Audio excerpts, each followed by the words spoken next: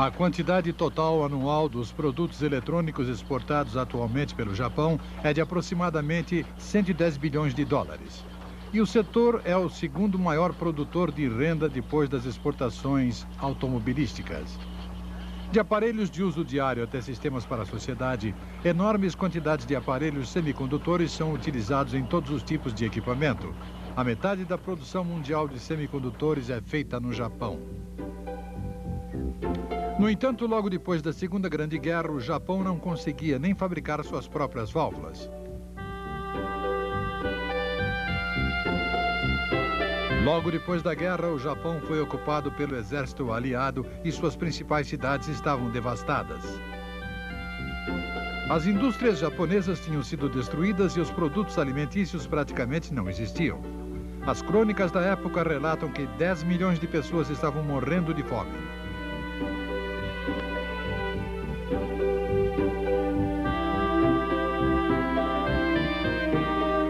Com tanta gente procurando comida, muitas fábricas transformaram suas instalações em hortas. Esta é a fábrica da Toshiba em Kawasaki, logo depois da guerra. Muitos industriais foram responsabilizados por terem fornecido materiais durante a guerra e demitidos de seus postos. As fábricas passaram a ser controladas pelos sindicatos de operários que se formaram no pós-guerra. Passo a passo, o Japão começou a superar a confusa situação deste período.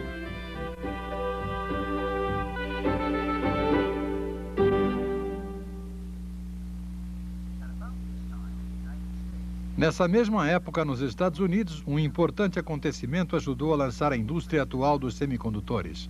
O nascimento do transistor. O que estava por trás desse novo componente era uma invenção já antiga, o telefone.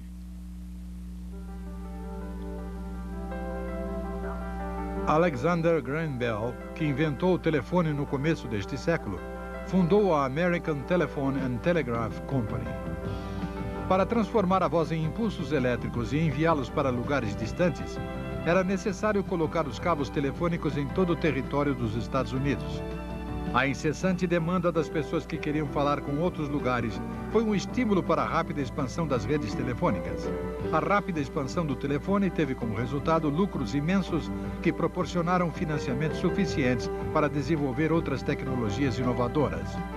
No começo havia operadores que faziam conexões manuais para que as pessoas pudessem conversar. Para poder transmitir a voz a lugares ainda mais distantes, foi inventado um tubo a vácuo que amplificava os impulsos. Assim, as redes telefônicas alcançaram uma maior perfeição. O tubo a vácuo, no entanto, teve vida curta. Em 1936, os laboratórios Bell começaram a pesquisar um mecanismo que pudesse substituir o tubo a vácuo. No fim de 1947, os pesquisadores obtiveram sucesso ao amplificar os impulsos de voz utilizando um aparelho sólido feito de germânio. Era o nascimento do transistor. No ano seguinte, em junho de 1948, os laboratórios Bell anunciaram sua descoberta deste excelente amplificador baseado no germânio. O anúncio despertou muito interesse entre os especialistas da área. Mas o grande público não deu atenção a esta importante descoberta.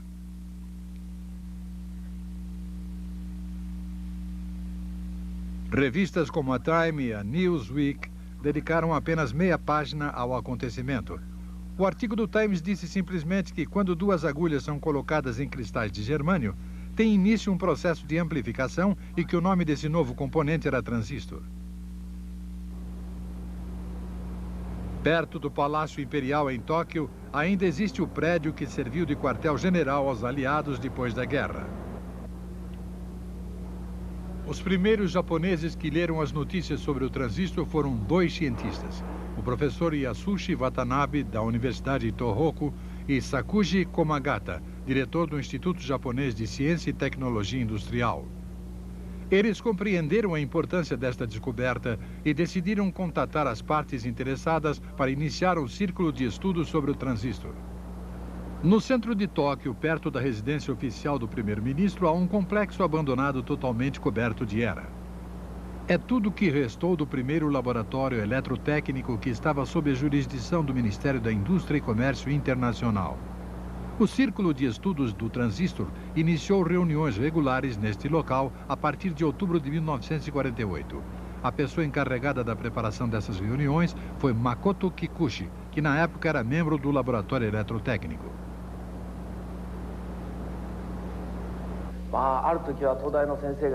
Uma vez um professor da Universidade de Tóquio veio dar uma palestra. Queríamos nos concentrar em um dos pontos e lhe pedimos para que explicasse aquele assunto um pouco mais. A sua resposta foi: nem eu mesmo entendo isso muito bem. O Departamento de Instrução e Informação Civil do Exército Aliado, que estava próximo do quartel-general, era a única fonte através da qual os japoneses podiam ter notícias sobre os últimos acontecimentos da cultura norte-americana, moda, esportes, arte e ciência. Primeiro procurei nos índices de publicações acadêmicas, como Physical Review, mas não havia nada publicado sobre semicondutores. De vez em quando encontrava as palavras semicondutor e transistor e ficava muito contente. Dizia para mim mesmo: acho que encontrei uma referência.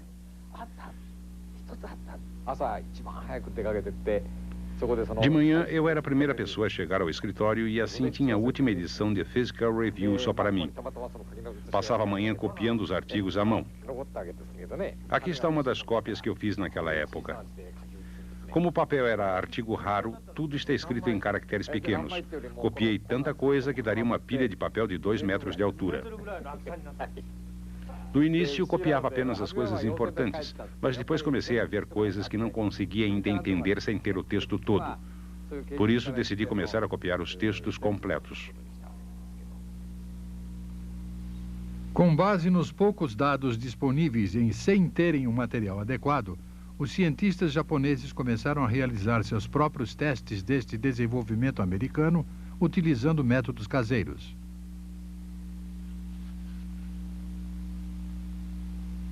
Em uma das subsidiárias do laboratório eletrotécnico, localizada nos arredores de Tóquio, Michio Hatoyama, chefe da seção de física, e seus colegas começaram a tentar a fabricação do transistor.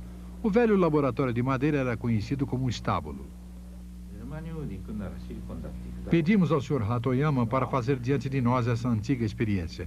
Ele e seus colegas sabiam que se colocassem 2 agulhas nos cristais, aconteceria o fenômeno da amplificação. Mas eles não conheciam o conceito da amplificação em estado sólido. Só depois de eles terem visto esse fenômeno com os próprios olhos, conseguiram desenvolver suas próprias teorias.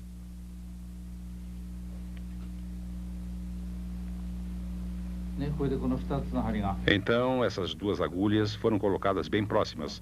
Elas foram unidas assim. Isso é um pouco alto, não é? As agulhas não se tocam. Não, elas estão se encostando. Tudo que eu tenho que fazer é aumentá-las. Makoto Kikuchi testou esse transistor experimental. Se as pontas destas 2 agulhas estão muito afastadas uma da outra, o fenômeno não acontece. De qualquer forma, temos que colocá-las juntas. O que eu fiz foi instalar um microscópio, colocar as agulhas e depois ligá-las a um circuito elétrico. Se os 2 medidores se movimentassem quase em paralelo, poderíamos dizer que tínhamos conseguido que o fenômeno acontecesse. Como era isso que eu devia fazer, minha pesquisa a partir de então era chegar aqui todos os dias de manhã, tomar uma xícara de chá e depois sentar e olhar pelo microscópio. Em primeiro lugar, eu pegava as 2 agulhas assim e as colocava na posição mais próxima. Era difícil porque nós não tínhamos o equipamento para fazer os ajustes necessários. E quando eu achava que as agulhas estavam no lugar certo, colocava a corrente elétrica. Mas embora eu fizesse isso, uma e outra vez, nada acontecia. Fiquei quase 2 meses fazendo isso sem nenhum sucesso.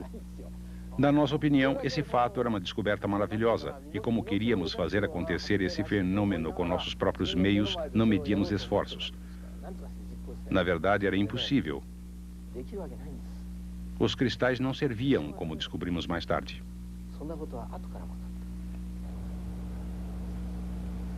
Uma das principais razões que permitiu que os laboratórios Bell produzissem um transistor foi o fato de diversos especialistas já terem feito o trabalho inicial que serviria de base para o desenvolvimento do transistor.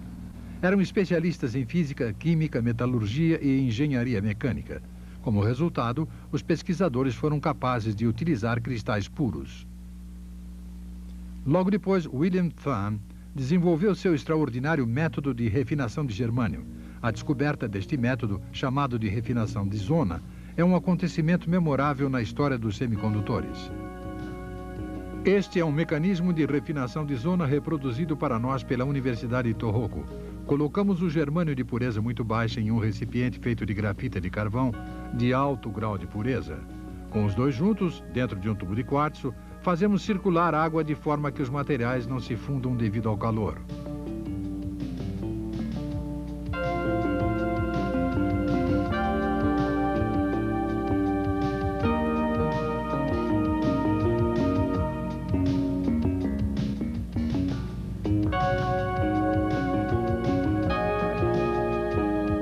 Este mecanismo funciona como um enorme forno de micro-ondas.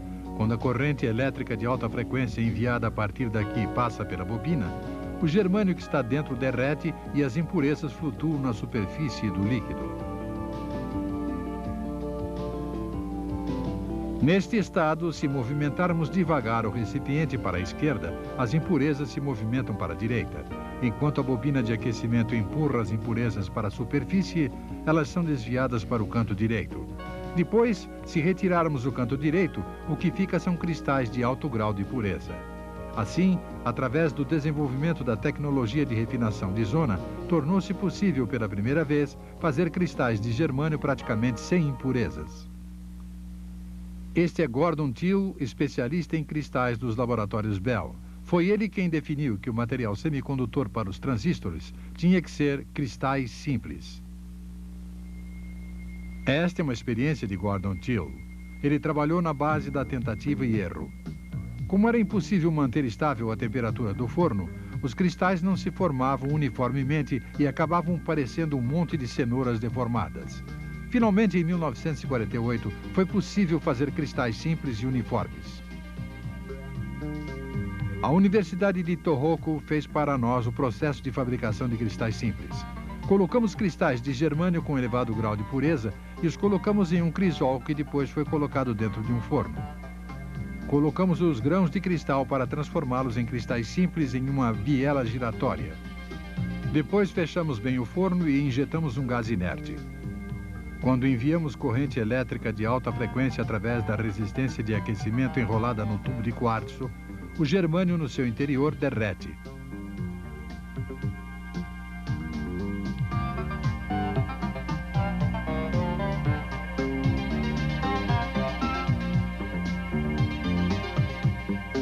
Uma vez que o germânio derreteu completamente, fazemos com que os cristais pequenos entrem em contato com a superfície do líquido enquanto os fazemos girar. Se houver algum erro em relação à temperatura da superfície do líquido, a velocidade de rotação dos cristais pequenos ou a velocidade em que a biela rotatória é levantada, o procedimento não terá sucesso. Se a temperatura for muito alta, os cristais derretem e, se for muito baixa, criam uma crosta. Em 1954, formou-se o Departamento de Eletrônica no Laboratório Eletrotécnico para ampliar o conhecimento existente no Japão sobre semicondutores através de pesquisa aberta. A tarefa dos dois jovens pesquisadores foi, em primeiro lugar, purificar os cristais e depois tentar transformá-los em cristais simples. Isso foi algo revolucionário. O que estávamos tentando fazer era criar uma tecnologia para fazer cristais de um grau de pureza incrível. Isso tinha de ser feito retirando as impurezas existentes dentro do germânio. Nem nós, nem ninguém no Japão tinha experiência nessa área. O forno a vácuo para a fabricação de cristais foi muito difícil de fabricar, mas se não fôssemos capazes de manter a margem de erro da temperatura do germânio fundido dentro de um limite de 1 grau, os cristais não se formariam adequadamente. Se a temperatura ficasse muito alta, ao se mergulhar os cristais pequenos vindos de cima, eles derreteriam. E se a temperatura fosse muito baixa, eles solidificariam e endureceriam, o que também era um mau resultado. Portanto, controlar a temperatura é extremamente importante. Outro ponto importante é que quando a temperatura se eleva a quase 1000 graus centígrados e se deixa que ela haja normalmente, tende a subir e a descer. Isso também é errado. A temperatura deve ser mantida estável. Embora eu diga estável, há ainda uma leve flutuação que foi mantida a 0,1 graus centígrados nas especificações norte-americanas da época. Isso é um excelente controle de temperatura. Quando a temperatura subia, a agulha do medidor tremia. Não tínhamos acesso aos sofisticados equipamentos norte-americanos. Os medidores de temperatura da época eram mais redondos e maiores que este, e tinham uma agulha maior. Quando elevávamos a temperatura, a agulha subia para 500 graus, depois para 800, passando pelo ponto de fusão do germânio até chegar aproximadamente a 1000 graus centígrados. Nesse ponto, abaixávamos um pouco a temperatura. Mas, como podem ver, esta agulha mede de 1 em 1 grau. Portanto, uma medição de 0,1 graus não pode ser determinada. Por esta razão, fomos mal sucedidos em todas as nossas tentativas de fazer cristais. Foi então que colocamos um espelho na base da agulha e, quando colocávamos uma luz sobre ele, a luz refletida era refletida na parede. Se conseguíssemos controlar o lugar em que o reflexo aparecia na parede, se a área de luz se expandisse, a exatidão teria melhorado. De qualquer forma, como parecia ter se tornado maior, tentamos fazer essa experiência. Essa experiência teve bons resultados. No começo, a luz refletida batia no canto do forro, lá naquele ponto. Como eu era o encarregado de fabricar os cristais, tentava qualquer tipo de experiência. O Sr. Denda estava abaixado aqui porque o puxador que modificava a temperatura estava situado aqui mesmo. Ele falava comigo enquanto olhava para a imagem da luz no teto. Quando o ponto de luz chegava aqui, ele dizia: Mr. Kikuchi, a temperatura caiu. Então, nós ajustávamos a temperatura até que a luz chegasse exatamente aqui. Com esse procedimento, conseguimos fabricar cristais simples.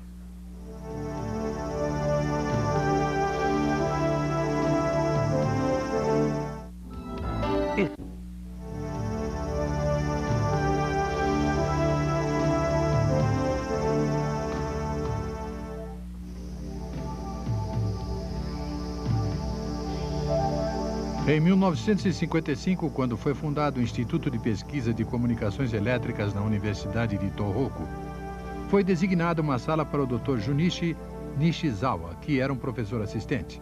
Entretanto, como era pequena, a sala foi dividida em 2 níveis.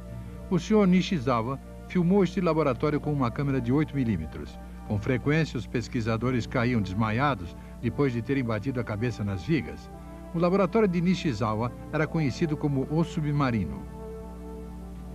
Um transformador gigante do qual saíam 3 grandes cabos dominava a sala.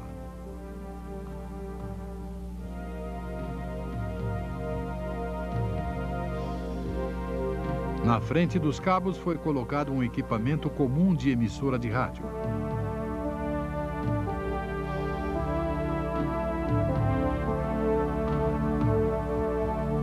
Este é um oscilador gigante feito pelo pessoal do laboratório, construído completamente com peças rejeitadas que eles reuniam.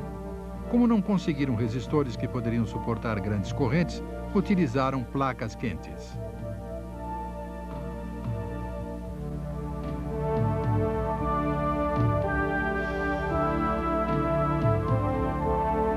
Em lugar de capacitadores de grande volume que poderiam suportar altas voltagens, utilizaram latas que eles mesmos enchiam de óleo. A verba que tínhamos para um ano era em geral de 300 mil ienes. Com essa quantia, compramos as peças e montamos o oscilador.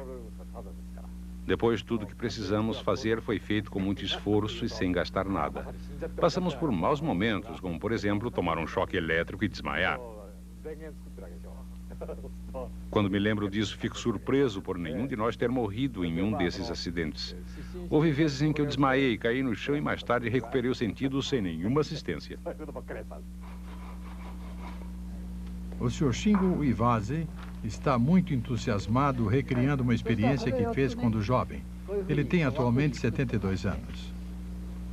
O Sr. Iwase foi admitido em 1950 no Instituto Nacional de Pesquisas das Comunicações Elétricas, depois de ter se formado na universidade, e sua tarefa era pesquisar sobre transistores. Ele começou fazendo cristais. Um tubo de quartzo é colocado em uma moldura de madeira. É feito o vácuo no interior do mesmo, ligando-o a uma bomba que retira o ar. Uma resistência de aquecimento feita de cobre através da qual passa uma forte corrente elétrica é enrolada no tubo de quartzo. Naquela época, o método de refinação de zona ainda não tinha sido descoberto. O Sr. Iwase acreditava que se o germânio fosse fundido devagar de baixo para cima, então as impurezas no seu interior subiriam pouco a pouco e a porção pura que permanecesse na base poderia ser utilizada. O problema era elevar a resistência a uma velocidade de apenas alguns centímetros por hora. Neste momento, teve a ideia deste mecanismo. Quando a água é liberada aos poucos do recipiente, este mecanismo permite que a resistência se movimente devagar para cima.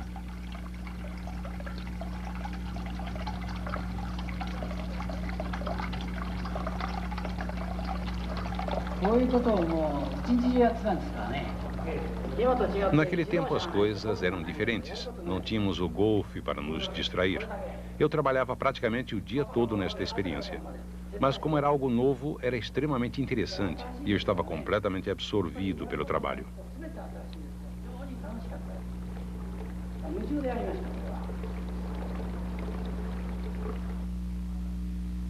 O Sr. Iwase foi a primeira pessoa no Japão a obter sucesso na fabricação do transistor de contato que vemos aqui. Este é o rádio de bolso que utilizou o primeiro transistor japonês. Finalmente, depois de muitas tentativas e erros, o Japão tinha conseguido fabricar um transistor de contato. Mas nessa época, uma nova geração de transistores já tinha sido desenvolvida nos Estados Unidos, porque o transistor contato de ponta teve um sério problema. Este é o transistor contato de ponta 2N104EH, desenvolvido pela RCA dos Estados Unidos, que já era fabricado em série. No entanto, a produção foi suspensa logo depois porque o componente não era adequado para o uso prático. As agulhas saíam facilmente da posição.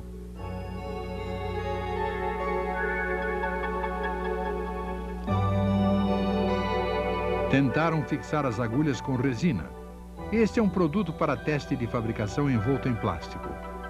Através da resina transparente, podemos ver duas agulhas contatando os pequenos cristais de germânio. Entretanto, devido às mudanças de temperatura, a resina expandia e se contraía, e as agulhas acabavam ficando fora da posição.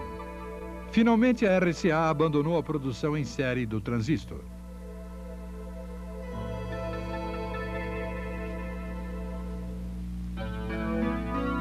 A pessoa que conseguiu resolver esse problema foi William Shockley, dos laboratórios Bell, que imaginou um transistor sem agulha, o transistor de junção. Ele recebeu o Prêmio Nobel de Física em 1956, juntamente com dois colegas, pela teoria deste transistor. A invenção deste transistor de junção abriu caminho para o desenvolvimento da indústria dos semicondutores.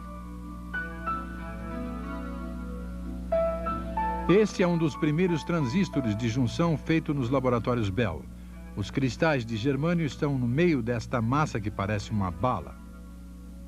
Foram colocadas nele 3 camadas com diferentes propriedades elétricas. Muitos técnicos se esforçaram ao máximo para colocar em prática a teoria de Shockley, mas os primeiros a consegui-lo foram os pesquisadores de cristais. Gordon Till descobriu então o transistor incrementado, um método de fabricação de transistores enquanto colocava cristais simples.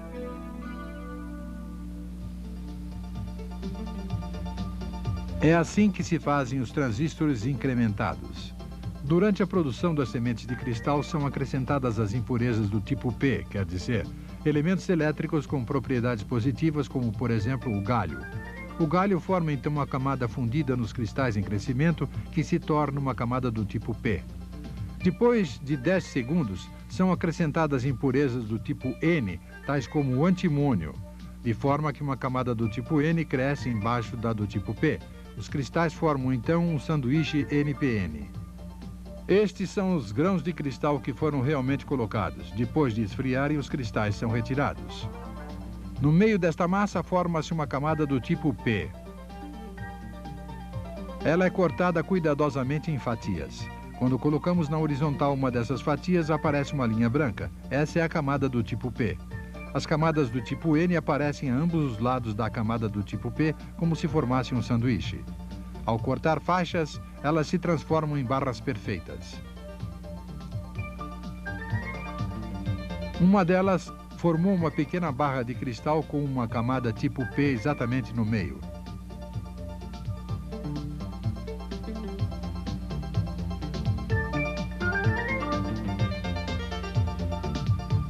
Ligando eletrodos a cada camada de sanduíche NPN, o processo está terminado.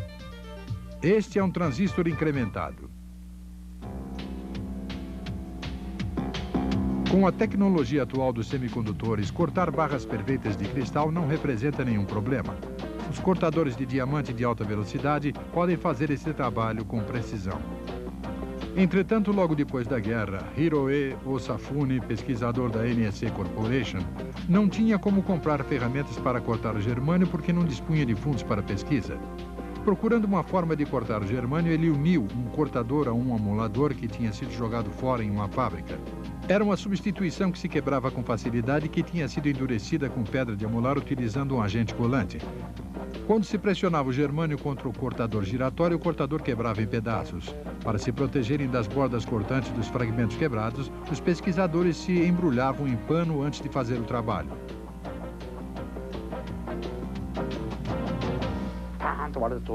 A única coisa que eles precisavam fazer era aumentar a velocidade para aproximadamente 3.300 revoluções por minuto. Mas o Sr. Osafune era teimoso. Como não era especialista em máquinas, achou que tudo que precisava fazer era girar o cortador e fatiar. Como não prestou a mínima atenção em coisas como o número de revoluções por minuto, o aparelho quebrou e se desfez em pedaços. De início, fizemos fragmentos de germânio com uma grossura de aproximadamente 5 milímetros e depois os lixávamos até conseguir diminuir cada um deles para 5 milímetros. No começo eram polidos manualmente com lixa. Quando se faz isso, os dedos da pessoa chegam a sangrar. Então dizíamos para alguns dos colegas, agora é a sua vez, porque éramos 8 pessoas.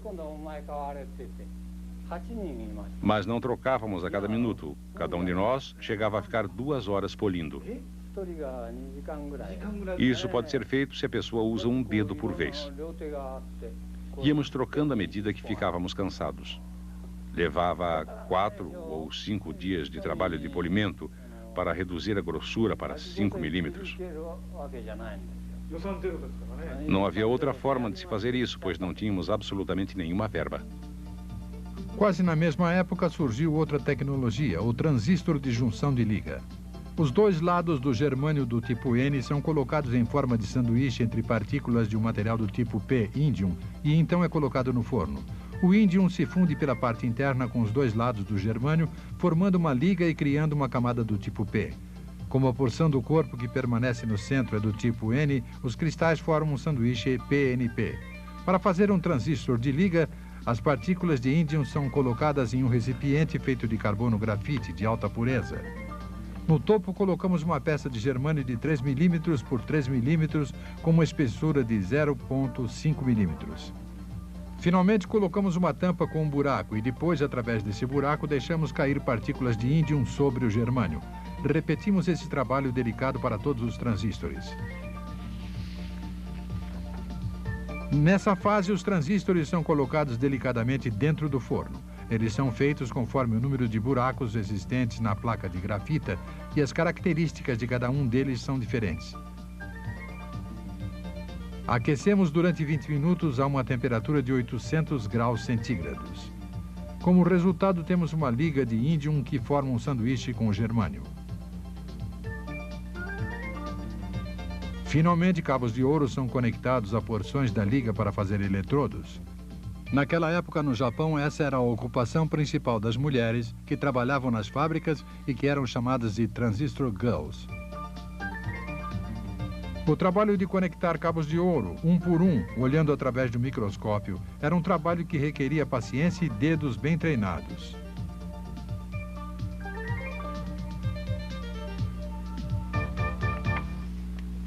Em maio de 1952, os laboratórios Bell organizaram um simpósio e tornaram pública a tecnologia dos transistores.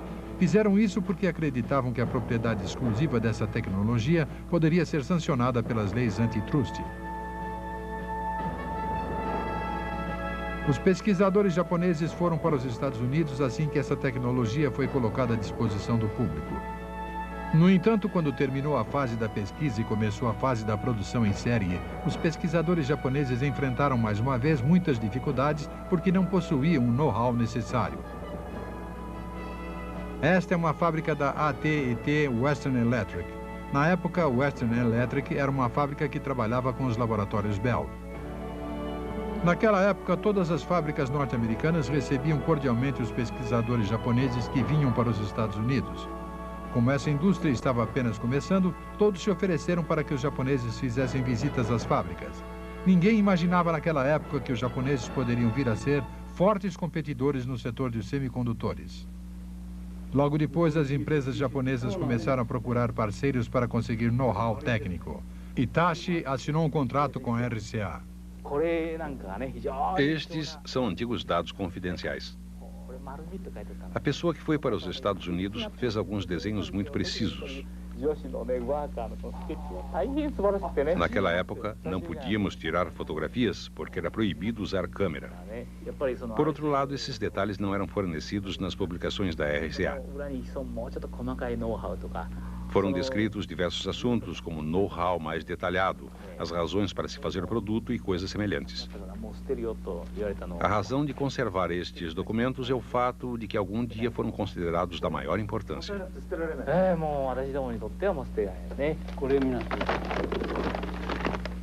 Os documentos enviados dos Estados Unidos eram tratados como assuntos confidenciais nas fábricas.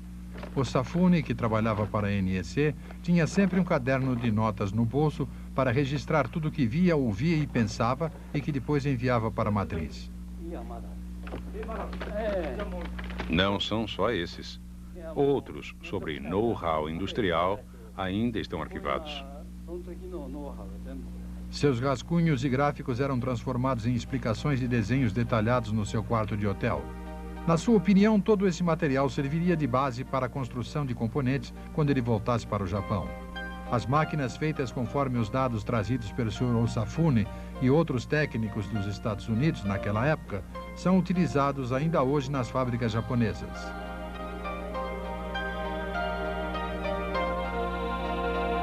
O Japão tinha entrado na era da eletrônica.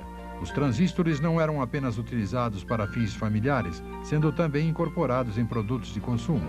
A era da produção em série tinha começado no Japão. Confiando nas possibilidades futuras dos transistores, a Texas Instruments, uma empresa especializada em equipamento para perfuração de petróleo, com sede em Dallas, Texas, contratou Gordon Thiel, que trabalhava para os laboratórios Bell. Thiel foi bem sucedido em desenvolver o transistor com base em silício para a Texas Instruments. Isto permitiu que a empresa entrasse no setor dos semicondutores. Utilizando este transistor, Regency desenvolveu um rádio de bolso. Em 1945, quando foi lançado no mercado, seu preço de venda era de $49,95. Sales aproveitou a popularidade do rock and roll na época. Houve vendas da ordem de 100 mil unidades, fato sem precedentes no mercado americano. O lugar da Texas Instruments no setor dos semicondutores estava garantido. Esta é a sede atual da Sony, que domina o distrito de Gotanda, em Tóquio. Na época, o nome da empresa era Tokyo Telecommunications Engineering Corporation. A companhia lançou o primeiro radiotransistor no mercado japonês um ano depois da Texas Instruments. O preço de venda era de aproximadamente $52,45. Utilizava um transistor de germânio do tipo incrementado. A empresa começou a fabricar este transistor depois de ter comprado a patente básica e os direitos de fabricação da Western Electric. Embora a Western Electric vendesse os direitos de patentes, não vendia o know-how de fabricação. Assim, a Sony teve que desenvolver sua própria tecnologia. Devido à falta de tempo, a Sony começou a produção em série sem fazer qualquer tipo de diferenciação entre os testes de fabricação e a produção. Em 1955, o mambo tornou-se um gênero musical muito popular no Japão. Portanto, o rádio transistor foi recebido com entusiasmo pela juventude que adorava os ritmos latinos. O resultado da tecnologia de fabricação era que apenas 5 de cada 100 transistores fabricados tinham condições de serem utilizados, corroborando a opinião dos técnicos da Western Electric, que acreditavam que os transistores incrementados não deviam ser utilizados em rádios. Vamos ver como são fabricados os transistores incrementados. Quando o galho é introduzido nos grãos de cristal, forma-se nos cristais uma fina camada do tipo P. Ao se acrescentar antimônio, formam-se os cristais do tipo N, que formam, por sua vez, uma camada do tipo P no meio. Os problemas com o antimônio acontecem durante a retirada. Ele se quebra e a camada do tipo P que está no meio desaparece ou fica muito fina. Esta camada do tipo P que vemos aqui foi invadida pelo antimônio e está quase sumindo.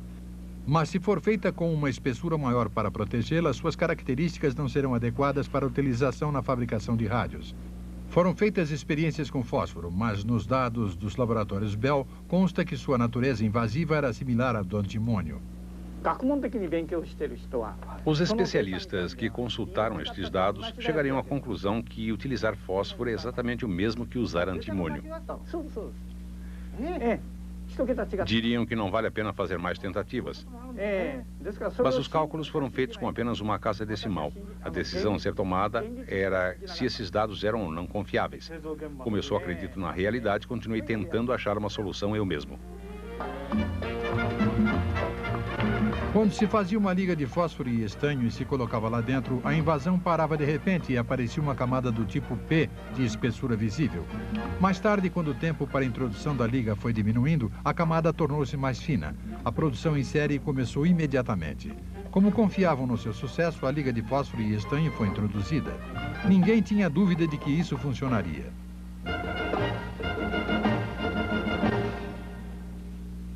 No entanto, foi um fracasso que teve como resultado o colapso total da linha de produção. Bem no meio do boom do mambo, a produção de rádios ficou completamente parada. A Sony enfrentou a pior crise da sua história. A linha de produção entrou em colapso. Era impossível controlar exatamente qual era a quantidade de fósforo que deveria ser colocada. O fracasso foi total. A situação era terrível. Comentava-se que teria sido melhor usar a patente da RCA. Então eu pedi um pouco de tempo e comecei a fazer experiências com o índium e o fósforo.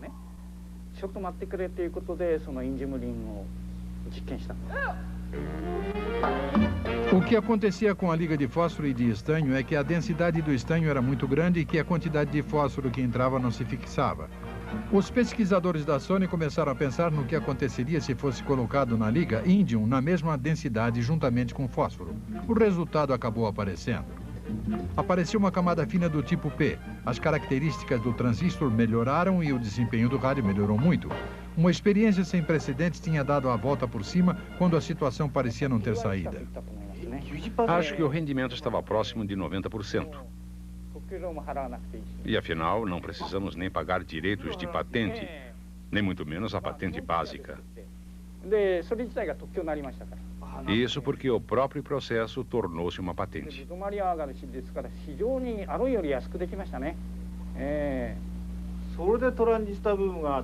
Dessa forma, resolvemos o problema do rádio de transistores da Sony.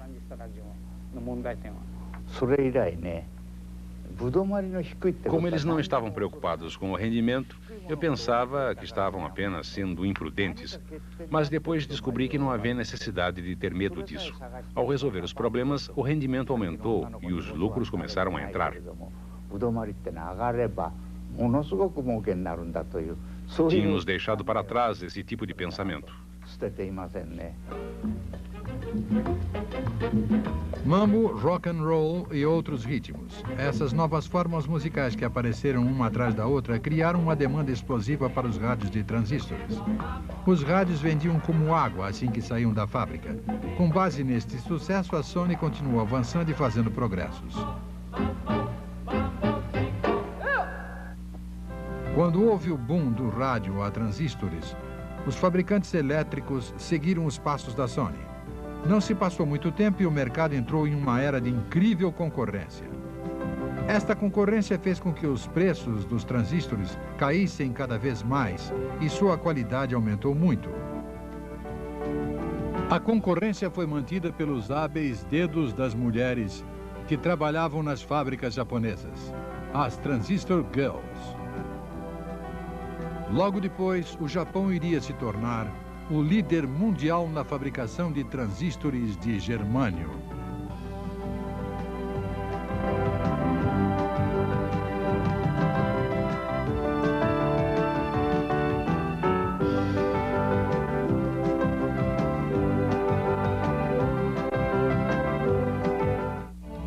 Este programa teve o apoio cultural da Livraria Cultura. É fácil encontrar o livro que você quer.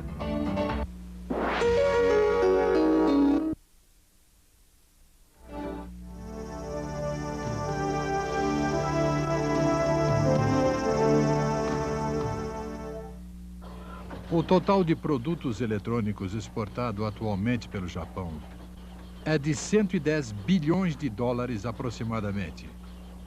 Em todos eles são utilizadas grandes quantidades de semicondutores. O Japão começou a seguir os passos dos Estados Unidos neste setor em plena época do pós-guerra e em 1959 tornou-se o primeiro produtor mundial de transistores. Entretanto, os Estados Unidos haviam avançado substituindo o germânio por silício, material com que eram fabricados até mesmo os circuitos eletrônicos. Em 1962, o primeiro-ministro japonês Hayato Ikeda, que estava visitando a Europa, foi acusado de ser um vendedor de transistores pelo presidente francês Charles de Gaulle. Esta cena mostra o recrutamento de operárias para uma fábrica. Eram conhecidas como Transistor Girls. Os 3 requisitos para passar no teste de aptidão eram boa visão, mãos hábeis e perseverança. Moças pacientes provenientes do interior eram recrutadas em grandes quantidades. Depois de intensa preparação e treinamento, as moças passavam a trabalhar nas linhas de montagem. Cada empresa tentava segurar e treinar as melhores Transistor Girls. Na época, esse era o melhor caminho para vencer a guerra da produção. Apesar dos dedos hábeis e da perseverança dos seus empregados, os índices de produção não eram satisfatórios.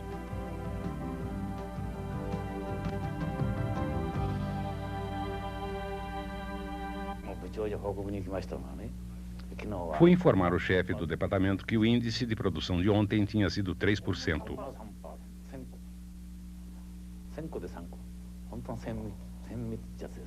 Isso significa que apenas 3 peças de cada 100 eram aproveitáveis. O resto eram produtos de qualidade inferior. Na verdade, eu torcia para não precisar informar um resultado de 0% no dia seguinte. Não pode haver nada pior que um índice de produção de 0%. Isso é um pesadelo para um gerente.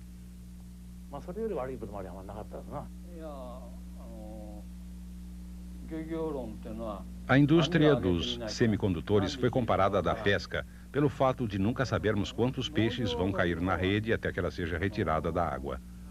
Também foi comparada à agricultura, porque se o tempo for ruim, as colheitas também o serão. Os resultados da colheita são ruins, especialmente no verão, quando a temperatura e a umidade têm índices elevados.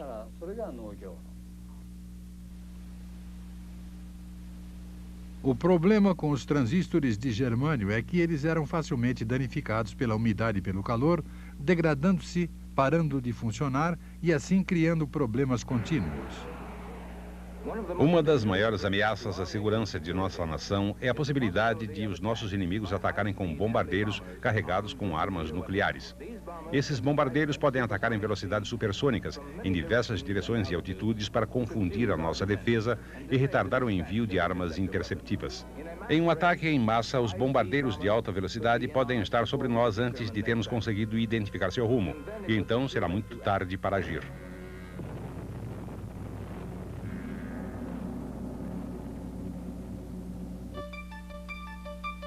As deficiências dos transistores utilizados nos computadores militares eram um grande problema. Durante a Guerra Fria, a procura por um material estável para substituir o germânio passou a ser uma tarefa urgente para os Estados Unidos. O silício não é muito sensível ao calor e, ao contrário do germânio, que é um material escasso, pode ser encontrado em toda parte. Os laboratórios Bell, cujos cientistas trabalhavam para desenvolver um transistor de silício, passou a ser o centro desta pesquisa. Para compensar os problemas do silício, entre eles o fato de ser altamente ativo, foram feitas aqui diversas experiências, como, por exemplo, o método de recobri-lo com uma película de óxido. Carl Frosch e Lincoln Derrick achavam que a única forma de se manipular o silício era recobrindo sua superfície com uma película protetora e, portanto, estavam procurando um material que pudesse formar uma película bem forte para ser colada no silício. Em princípio, excluíram o oxigênio. Na sua opinião, se fosse utilizado o oxigênio, que tem facilidade para sintetizar com outros materiais, a oxidação não se deteria na superfície e permearia o silício por completo. Mas a ligação do oxigênio ao silício passaria a ser o fator-chave para a sua utilização. Este fato foi descoberto por acaso após a ruptura acidental de uma válvula. Acho que não sabíamos isso na época. Não sabíamos mesmo. Acho que ninguém percebeu que aquilo era uma grande descoberta. Mais tarde, obviamente, os laboratórios Bell fizeram uma publicação afirmando que aquela descoberta foi uma das bases de toda a técnica dos circuitos integrados. Sem isso, não seria possível fazer um circuito. Seria impossível.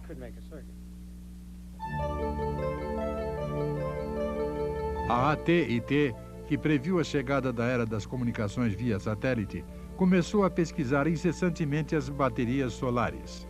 O trabalho de Calvin Fuller e de sua equipe foi um dos mais importantes daquela época.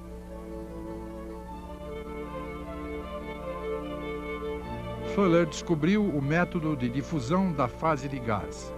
Finalmente, essa descoberta levaria a um ponto decisivo na tecnologia dos semicondutores e faria surgir a indústria moderna do setor.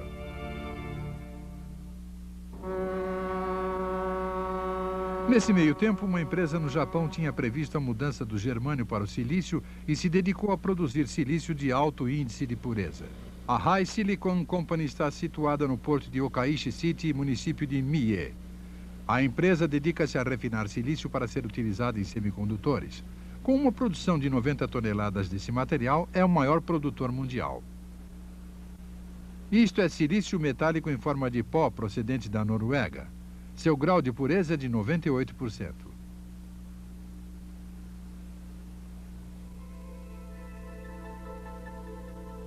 Esse produto é colocado dentro de um tanque misturado com cloreto e transformado em gás de cloreto de silicone, que é então enviado a uma torre de destilação. Enquanto o gás circula continuamente, as impurezas vão sendo retiradas até que o gás passa a ter um elevado grau de pureza, com um conteúdo insignificante de impurezas de 1 parte por 100 bilhões. Depois, este gás volta para o estado sólido.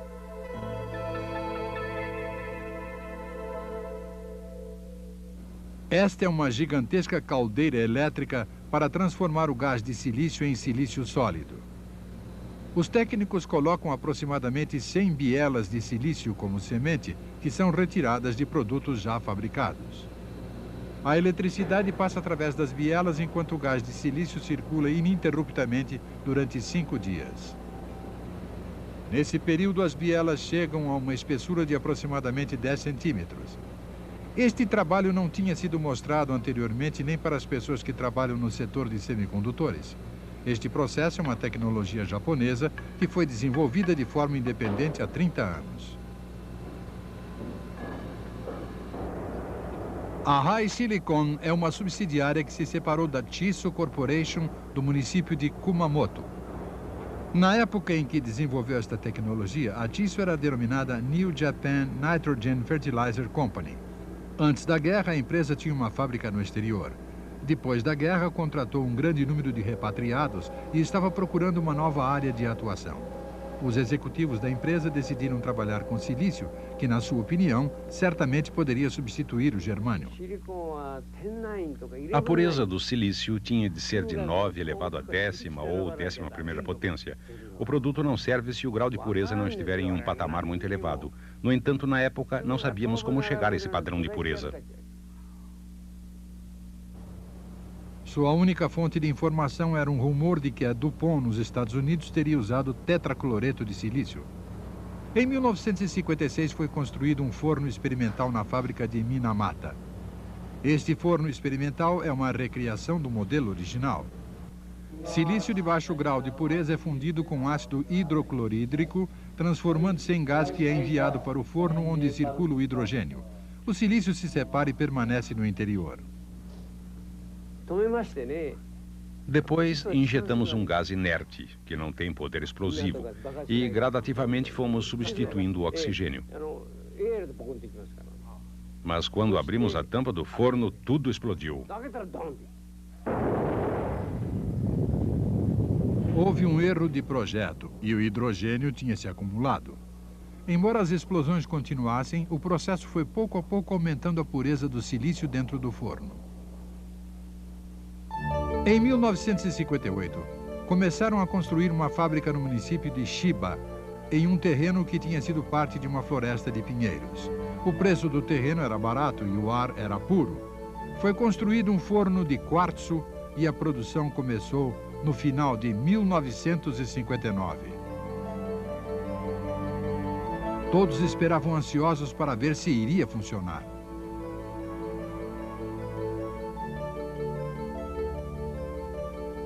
O policristal de silício que eles fabricaram e que tinha um grau de pureza de 10 elevado a 9 foi transformado em cristais simples de silício utilizando equipamento desenvolvido independentemente. Depois cortaram o silício e mediram a sua resistência para julgar a qualidade.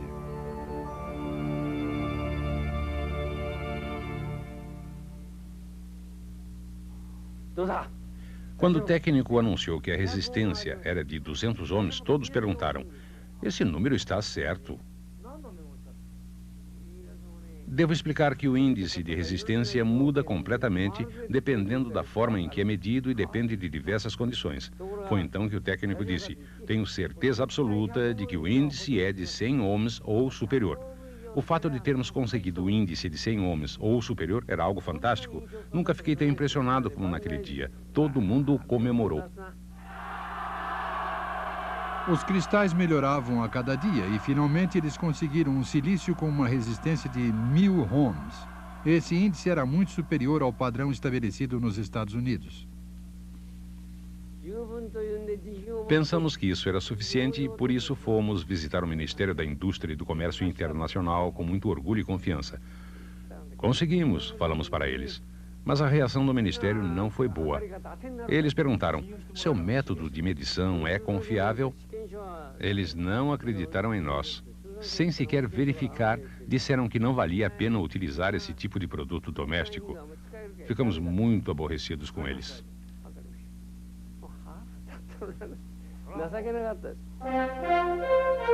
Seguindo para o sul pela rodovia que sai de São Francisco, há amplas planícies nos dois lados da estrada. Esta área é conhecida popularmente como Silicon Valley. Aqui estão estabelecidas aproximadamente 4.800 empresas, de fabricantes de semicondutores até fabricantes de equipamentos elétricos. O Silicon Valley, que se transformou na maior área industrial para produtos eletrônicos do mundo em 1950, ainda estava cheio de pomares. Nesta região, em 1950, o Dr. William Shockley, que descobriu o transistor de junção, recrutou jovens com alto nível de inteligência, vindos de todas as partes dos Estados Unidos, e fundou a Shockley Transistor Laboratories. Este foi o início do que hoje é o Silicon Valley. Estas são as pessoas, as melhores e mais brilhantes selecionadas pelo Dr. Shockley. Foram a força motriz que criou a indústria dos semicondutores. Entre eles estava o já falecido Robert Noyce, que é considerado o pai da indústria americana de semicondutores.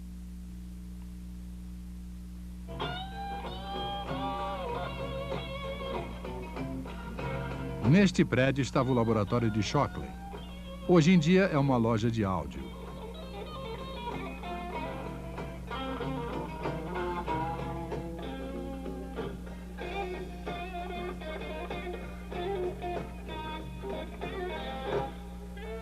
Os jovens, inspirados pelo Dr. Shockley, logo perceberam que ele não era um bom negociante e começaram a procurar outras oportunidades.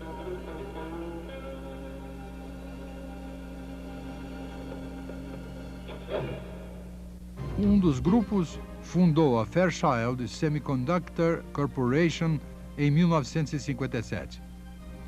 O grupo foi financiado por uma empresa do mesmo nome que fabricava câmeras aéreas. Dirigido por Noyce, o grupo começou a experimentar novas tecnologias.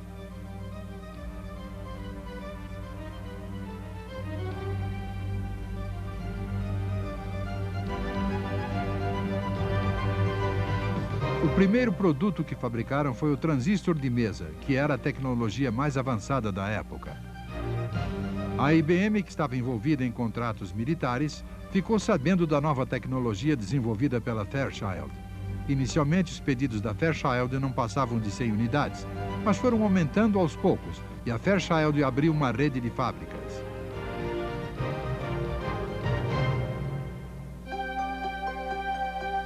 Aqui estão o processo e a estrutura do transistor de mesa da Fairchild. Em primeiro lugar, o silício do tipo N é preparado e colocado dentro do forno de difusão e selado.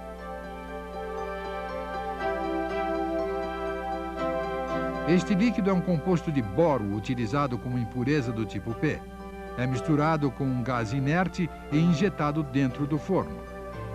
A proporção de gás de boro introduzida é cuidadosamente ajustada. Isso é devido a que a espessura da camada do tipo P, que se forma em cima da superfície do cristal, varia de acordo com a densidade do gás e do tempo de aquecimento.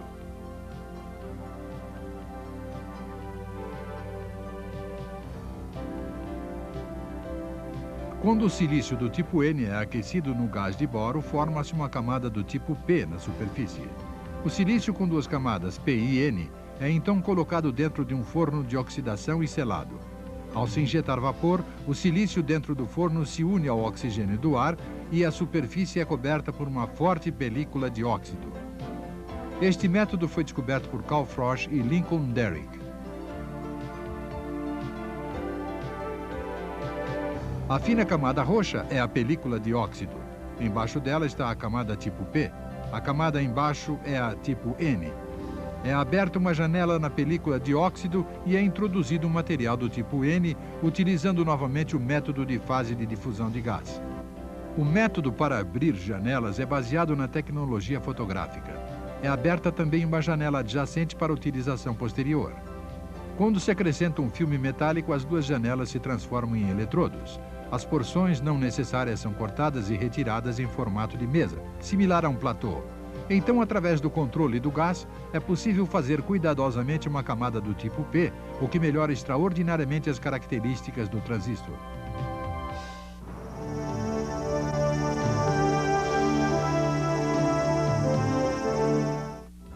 Este programa tem o apoio da Livraria Cultura. É fácil encontrar o livro que você quer.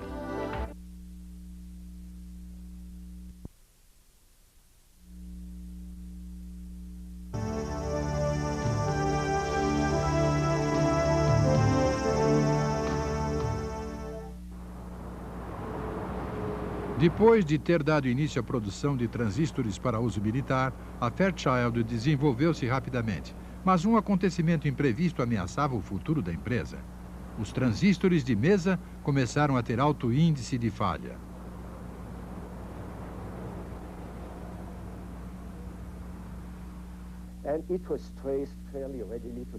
Logo percebemos que o problema era quando os colocávamos em uma lata ou em uma janela, jogávamos algum tipo de material na lata. E, obviamente, um pouco deste material, que denominamos de OVNI, objetos voadores não identificados, caía sobre o material. Se caísse sobre algum contato, podia provocar um curto-circuito. Então a Fairchild desenvolveu o transistor planar, em que o silício era completamente recoberto por uma película de óxido e protegido contra a contaminação. Este é o transistor planar desenvolvido por Gene Herney. Não há nada protuberante da superfície de cristal de silício a não ser os eletrodos necessários, o que faz o transistor à prova de contaminação. Esta era a tecnologia planar denominada também de difusão seletiva, que combina a película de óxido, fotogravura e a difusão de fase de gás das impurezas. O transistor planar conquistou o mercado proporcionando grandes lucros. A Fairchild, que tinha estado praticamente à beira da falência devido à contaminação que comprometia o transistor de mesa, começou a progredir e a se tornar uma empresa gigantesca.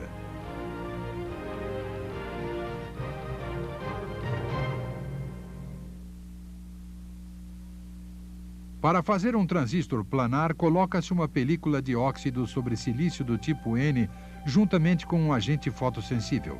O diagrama da janela que será aberta na película de óxido é colocado no topo e exposto à luz. Abre-se então uma janela na película fotossensível e aparece a película de óxido. Quando tratada quimicamente, a película de óxido derrete e é retirada, permitindo a aparição do silício. Depois é colocada em um forno de difusão para retirar as impurezas. Um composto de boro do tipo P circula no interior. Da mesma forma que o silício do tipo P no forno, apenas o interior da janela se transforma em tipo P. A camada cinzenta do tipo N transforma-se gradativamente em uma camada azul do tipo P. Acrescenta-se outra película de óxido com um agente fotossensível no topo. De forma a abrir uma pequena janela, é colocado e exposto um diagrama no topo.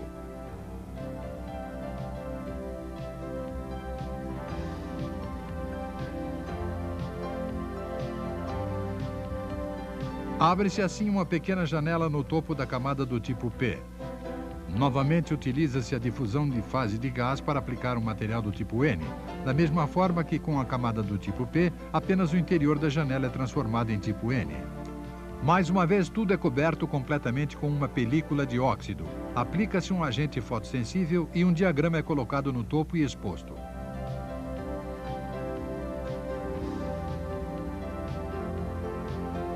Durante o tratamento, uma camada do tipo N fica protuberante no meio, da mesma forma que a camada tipo P. Então é acrescentada uma película de alumínio juntamente com um agente fotossensível e diagramas de eletrodos. Depois é exposto. Durante o tratamento, as partes não necessárias são retiradas e permanecem apenas os eletrodos. As únicas partes protuberantes são os eletrodos e todo o resto fica recoberto por uma película de óxido. Esta tecnologia acabou levando ao desenvolvimento do circuito integrado. Jack Kilby tem 69 anos. Em setembro de 1958, ele criou o circuito integrado.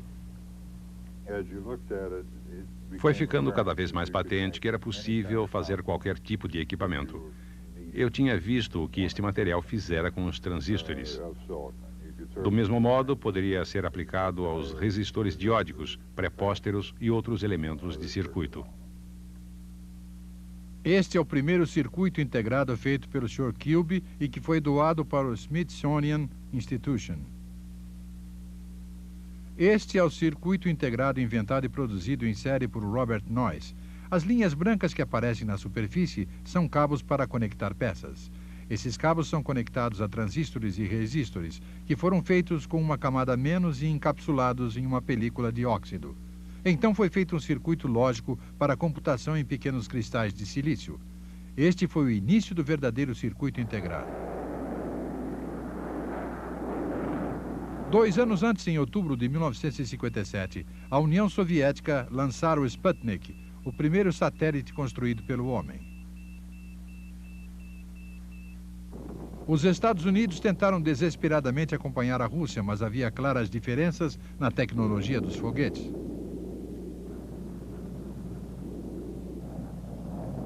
A União Soviética lançou um homem ao espaço, deixando os Estados Unidos surpresos. O astronauta Yuri Gagarin ficou em órbita em volta da Terra. 10 meses depois da União Soviética, Os Estados Unidos também colocaram um astronauta em órbita, mas o foguete não conseguiu igualar o Vostok de fabricação soviética.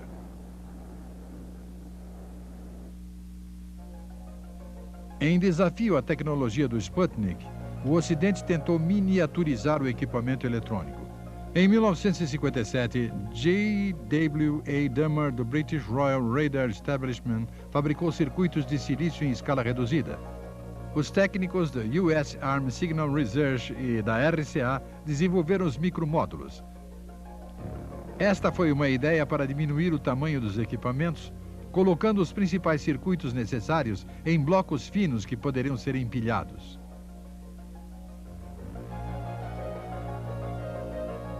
Os técnicos da Westinghouse desenvolveram o conceito de eletrônica molecular. Embora houvesse algo parecido com o modelo, não estava muito claro como fazê-lo e qual seria sua estrutura.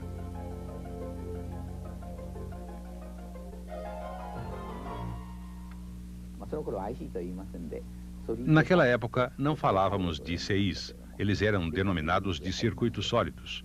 Ouvimos falar que eles tinham sido aperfeiçoados, mas os detalhes eram meros rascunhos.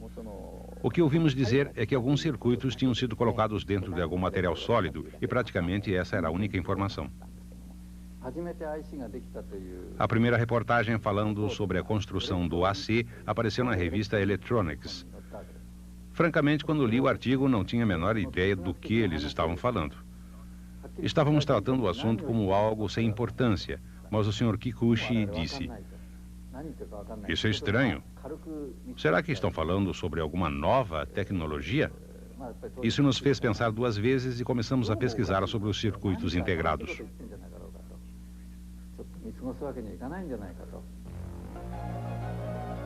No laboratório eletrotécnico, dois pesquisadores começaram a fazer testes de fabricação em um circuito de estado sólido, utilizando tecnologia independente.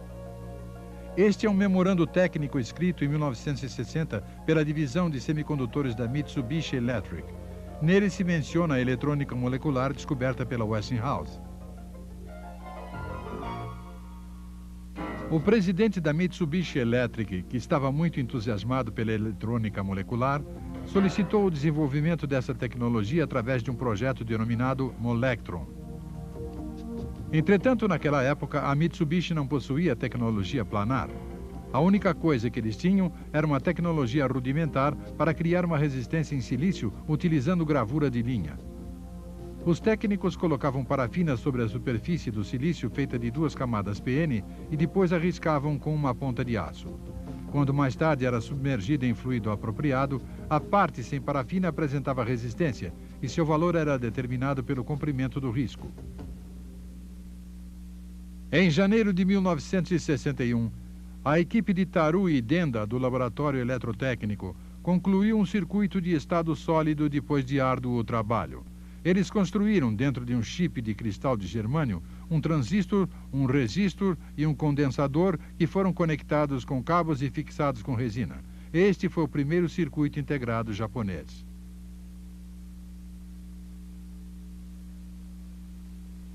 Continuando o trabalho do laboratório eletrotécnico, a Mitsubishi Electronic realizou diversos testes de fabricação de moletrons. Anunciamos 11 tipos. O silício era silício, mas naquele tempo não podíamos utilizá-lo na tecnologia de transistores. Portanto, para fazer isso, abrimos um buraco no silício para inserir nele um transistor de germânio.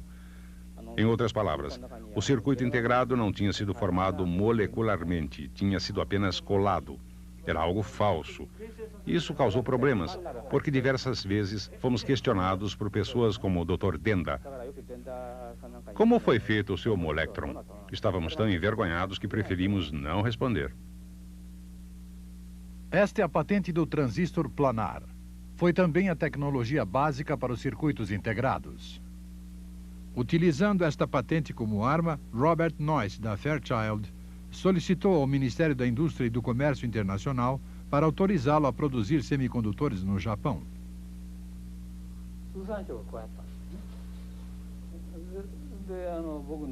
A resposta do Ministério foi negativa. Quando viu isso, veio me visitar e disse que não tinha conhecido ninguém que fosse mais cabeça dura que os caras do Ministério Japonês. Por isso, decidiu pedir à NSE para comprar a patente da tecnologia planar.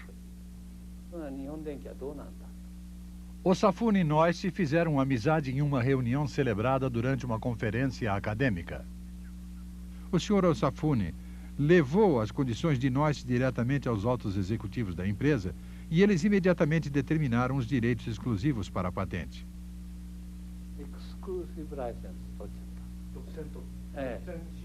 Conseguimos uma licença exclusiva. Uma vez feito isso, ficou impossível até mesmo para Fairchild exportar para o Japão. Todos os outros fabricantes ficaram contra nós.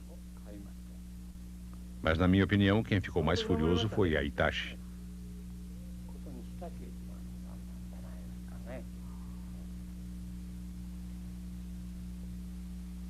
Naquela época, a Hitachi estava trabalhando para implementar medidas que impedissem a degradação dos transistores de mesa. Ao abri-los, é possível ver os cristais de silício no seu interior. A equipe da Hitachi estava tentando eliminar a contaminação, tratando mais tarde a superfície dos cristais transistores já prontos.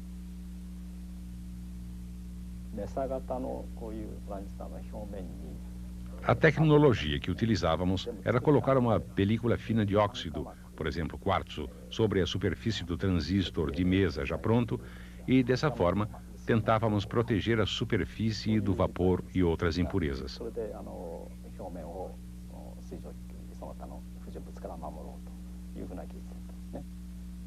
Prontos os transistores, o tratamento pelo calor tinha que ser feito em temperaturas baixas.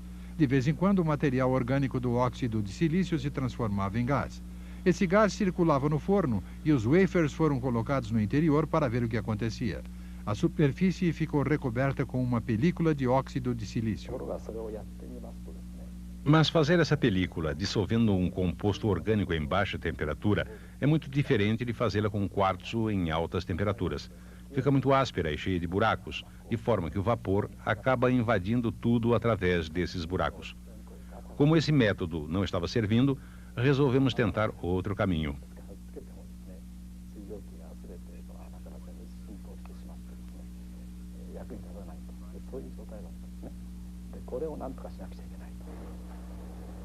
Desta vez, eles acrescentaram uma película metálica em cima do óxido de silício e o colocaram no forno para utilizar o fenômeno em que dois materiais muitas vezes se fundem quando aquecidos juntos em baixas temperaturas. Tentaram muitas combinações de metal e de óxido de silício, mas não conseguiram formar o metal desejado.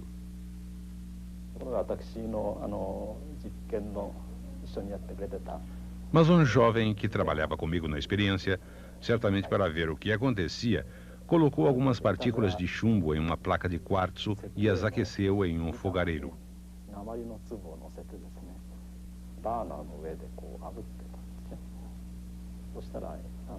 Ao fazer isso, em uma temperatura muito baixa, o chumbo concentrou-se em gotas e apareceram buracos na placa de quartzo, através dos quais o chumbo foi embora.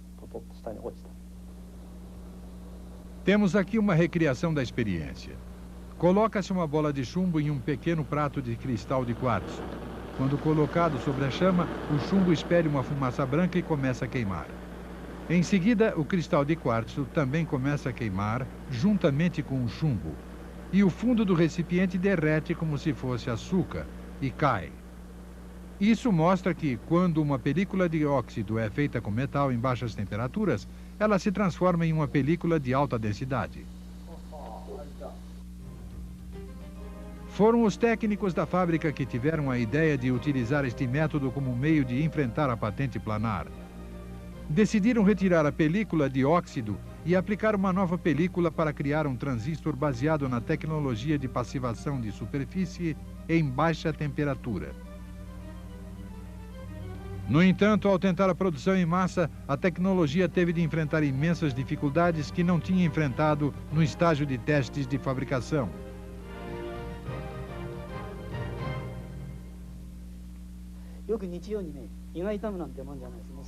Nossos problemas eram uma tremenda dor de cabeça. Não conseguíamos fabricar nenhuma unidade.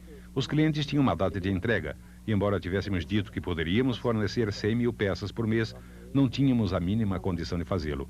Este problema não era apenas em uma empresa. Muitas empresas tinham feito pedidos e estávamos sendo criticados em todas as partes. Tínhamos seguido um caminho independente e tínhamos recebido pedidos. Mas quando se recebem pedidos que não se podem cumprir, parece que todo mundo fica contra. Não tínhamos o apoio de ninguém. Mas durante esse processo, os técnicos continuavam sendo treinados. É normal nos negócios que a solução de um problema apareça de repente. Eu gosto da expressão sucesso traz sucesso. Quando as dificuldades são enfrentadas com confiança, as empresas conseguem superá-las. Na minha opinião, foi a determinação e o trabalho das pessoas que estavam na liderança nas fábricas naquela época que conseguiram implantar no Japão a indústria dos semicondutores. Em outras palavras, eles tinham a tenacidade necessária para aperfeiçoar a tecnologia nacional.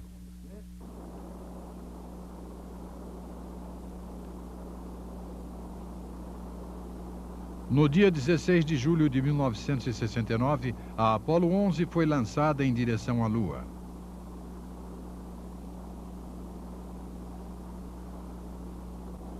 Quatro dias depois, os astronautas caminharam sobre a superfície lunar. Foi um sucesso total, apenas 8 anos depois do presidente Kennedy ter afirmado que seu objetivo era colocar um homem na Lua. O maior sucesso, no entanto, foi o fato dos astronautas terem pilotado eles mesmos a Apollo 11 na viagem de ida e volta da Terra à Lua. Tudo isso foi possível graças a um computador guia extremamente pequeno. O sistema tinha sido encomendado pela NASA ao Massachusetts Institute of Technology, MIT, de acordo com os objetivos do presidente Kennedy. As exigências tinham sido consumo extremamente baixo, alta confiabilidade e um sistema que pudesse ser colocado num espaço não superior a um pé cúbico. Este é o minúsculo computador guia da Apollo 11.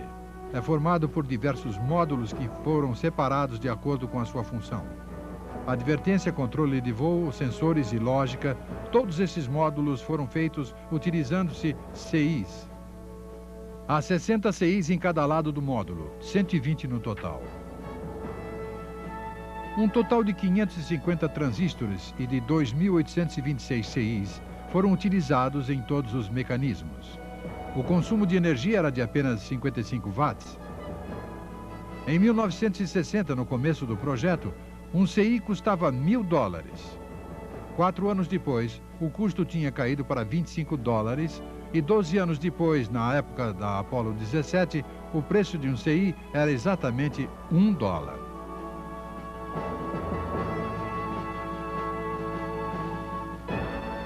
Devido ao projeto espacial americano e aos projetos de defesa nacional, o custo dos CIs despencou enquanto seu desempenho melhorava sensivelmente.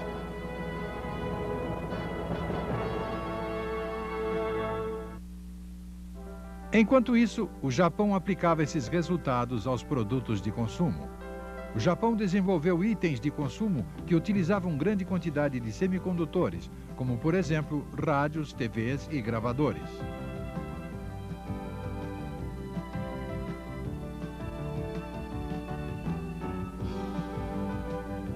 Mais tarde, no fim da década de 60 e durante a década de 70, começou a acirrada competição das calculadoras. A competição aumentou a demanda para enormes quantidades de CIs, fazendo com que o setor de semicondutores do Japão continuasse a se desenvolver tecnologicamente.